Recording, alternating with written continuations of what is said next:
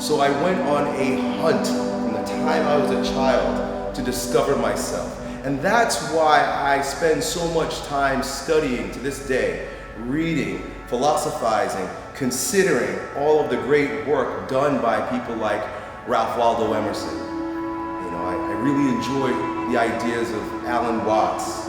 I enjoy the ideas of anyone who invites you to let go of this body, let go of the flesh expression of that which is completely intangible in every single one of us. It's that spirit that penetrates not only your physical expression, but also everyone else on the face of this planet. Anyone who invites you to go into that place, to learn more about that, to honor, respect, appreciate, and express it to the greatest capacity possible allowed to you, is someone who inspires me.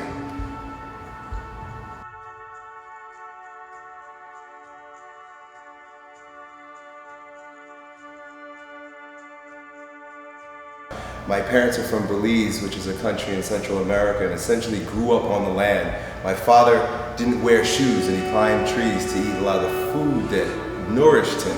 When my parents came to the United States, they decided to move to Long Island from Brooklyn and brought my mother's younger brother with them, and he was a tremendous athlete. He was a martial artist, he was a gymnast, he was a marathon runner, he was a bodybuilder, and shortly after I was born, I was quickly thrown into an environment where he and my parents schooled us on health and strength, and I would literally watch him do standing backflips and climb rope and do tons of push-ups and break bricks with his hands, and that had a tremendous impact on my mind.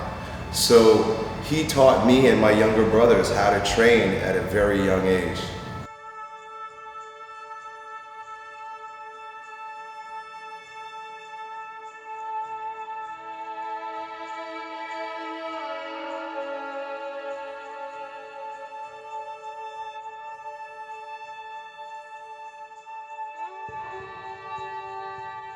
Because it was such a powerful form of training, I became Rookie of the Year. As a freshman, I led the team in sacks and tackles behind the line, and was a starter.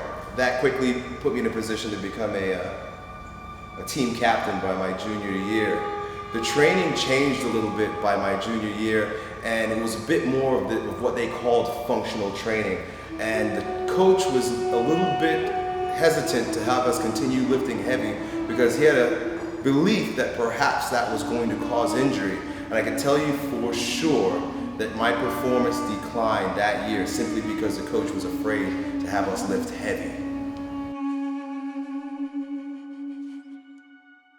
In retrospect, as an adult now today, knowing what I know, the experiences that I've had and the technology that's available to us, I realize that I could have done a lot more. There's so much more that I could have done to push myself in the direction of my dreams that I didn't. I held back, and even to this day I am so regretful, and there's so much in me that there's pain associated with my not putting forth all the effort that's associated with reaching for, striving, and achieving the deepest, most powerful expression of strength through me, that I've dedicated my life to supporting other people and becoming the strongest version of themselves. There's absolutely no reason on the face of the earth that you should not reach for every single bright star in your horizon.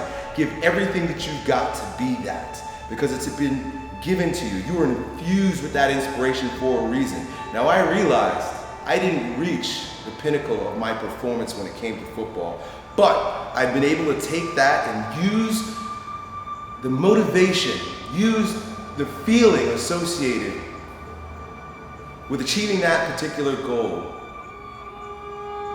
and direct it towards supporting young guys coming up so that they can reach their goals, so that you can become the strongest version of yourself. My mistakes is a tool for me to support you.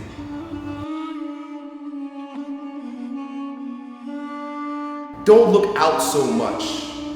Start looking in. We're so caught up in what we can see out here, and we're so caught up in what's been measured, And we almost worship these things to such a degree that we forget to feel what's going on inside us. We forget how powerful our own machinery is.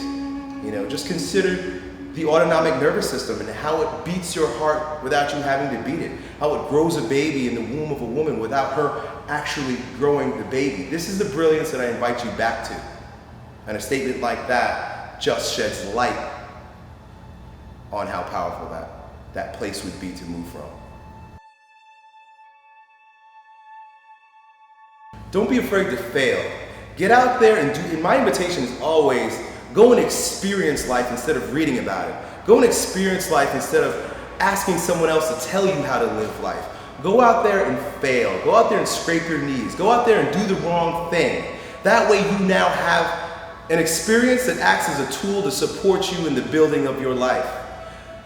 Everybody wants our children, we as individuals and as parents and as the world abound that respects insurance and security and safety to such a great degree, does not afford you the power of your own subjective experience. My invitation is always to ignore everyone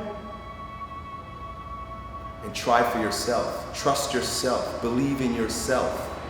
Go out there and be all that you can be regardless of what anyone else has to say about it. Because people are trying to keep you down. They want you to stay in that little category that they've created for you. And you've got to transcend that. You've got to trust yourself. Courage is the virtue that allows that to happen. So be courageous.